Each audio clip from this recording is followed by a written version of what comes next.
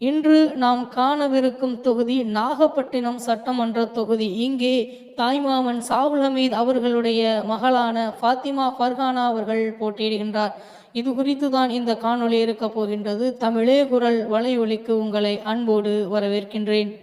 நாகப்பட்டினம் சட்டமன்ற தொகுதி எண் 163 தமிழ்நாட்டின் மிக முக்கிய தொகுதியாகும். தற்போது 2021ஆம் ஆண்டு முதல் இத்தொகுதியின் சட்டமன்ற உறுப்பினராக இருப்பது எம்எல்ஏ ஆளுநர் ஷாநவாஸ். இவர் விடுதலை சிறுத்தை கட்சியை சார்ந்தவர். மேலும் தொகுதி குறித்த முக்கிய சில விவரங்களை பார்ப்போம். சட்டமன்ற உறுப்பினர் ஆளூர் ஷாநவாஸ், மாவட்டம் நாகப்பட்டினம், மக்களவை தொகுதி நாகப்பட்டினம் மக்களவை தொகுதி கீழ் இத்தொகுதியில் வருகிறது.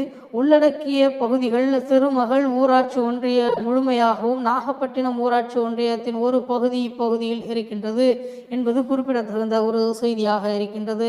2021 தேர்தலில் வேட்பாளர் மற்றும் கட்சியின் விவரங்கள். ஆளுநர் ஷாநவாஸ் அவர்கள் விசிக கட்சியின் சார்பாக போட்டியிட்டு 66,281 வாக்குகள் பெற்றிருந்தார்.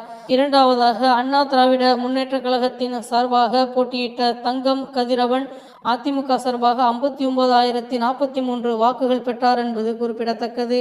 நாம் தமிழர் கட்சி சார்பாக சகோதரன் அகஸ்டின் அற்புதராஜ் அவர்கள் 9,976 வாக்குகள் பெற்றார் என்பது குறிப்பிடத்தகுந்த ஒரு செய்தியாக இருக்கின்றது. நாகப்பட்டினம் சட்டமன்ற தொகுதியில் கடல் சார்ந்த தொழில்கள் மற்றும் ஆன்மீக சுற்றுலா தலங்கள் மிக முக்கியமானவை. முக்கிய தொழில்கள் நாகப்பட்டினத்தில் பொருளாதாரம் பெரும்பாலும் கடல் மற்றும் விவசாயத்தை சார்ந்தே அமைந்திருக்கின்றது. மீன்பிடி தொழில் இதுவே இப்பகுதியின் முதன்மை தொழிலாகும்.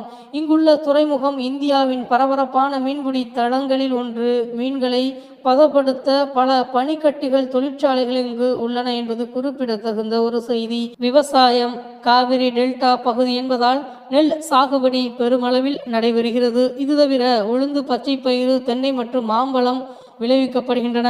பெட்ரோலியம் மற்றும் இயற்கை எரிவாயு, நரிமணம் போன்ற பகுதிகளில் கச்சா எண்ணெய் மற்றும் இயற்கை எரிவாயு எடுக்கும் பணிகள் நடைபெற்று வருகின்றன. உப்பு உற்பத்தி இப்பகுதியில் சில கடலோர பகுதிகளில் உப்பு உற்பத்தி மிக முக்கிய தொழிலாக கருதப்படுகின்றது. முக்கிய சுற்றுலா மற்றும் ஆன்மீக தலங்கள் யாவு என்பது குறித்து பார்ப்போம்.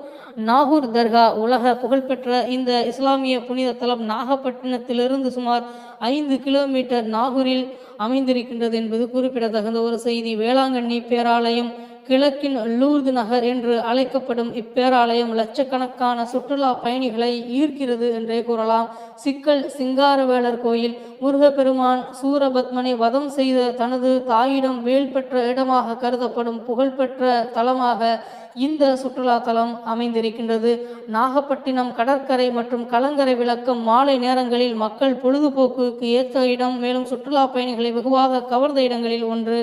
மேலும் சுற்றுலா தலங்களில் முக்கியமான ஒரு இடம் கோடியக்கரை வனவிலங்கு சரணாலயம். இயற்கை விரும்பிகளுக்கு சிறந்த இடம். இங்கு வெளிநாட்டு பறவைகள் மற்றும் வெளி மான்களை காணலாம். இன்னும் சற்று விரிவாக நாகப்பட்டினத்தில் இருக்கக்கூடிய மக்கள் வாக்காளர்கள் எத்தனை பேர் என்பதை குறித்து பார்ப்போம்.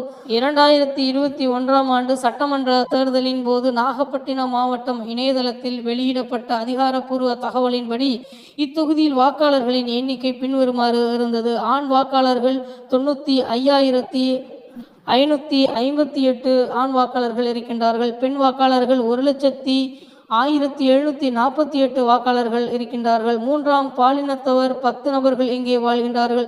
மொத்த வாக்காளர்கள் 1,97,316 வாக்காளர்கள் இங்கே கணக்கெடுக்கப்பட்டிருக்கின்றது.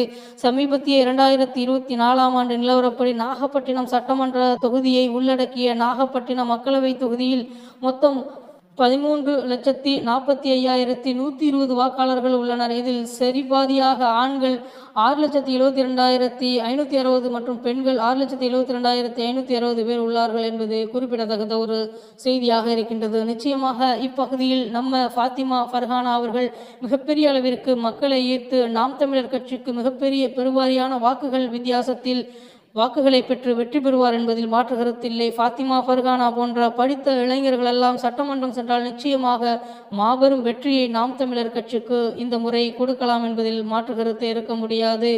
நாம் தமிழர் கட்சி என்பது நம் இனத்தின் அடையாளம் என்பதை மீண்டும் ஒரு முறை கூறிக்கொண்டு விடைபெறுகின்றேன். நன்றி, வணக்கம். நாம் தமிழர்.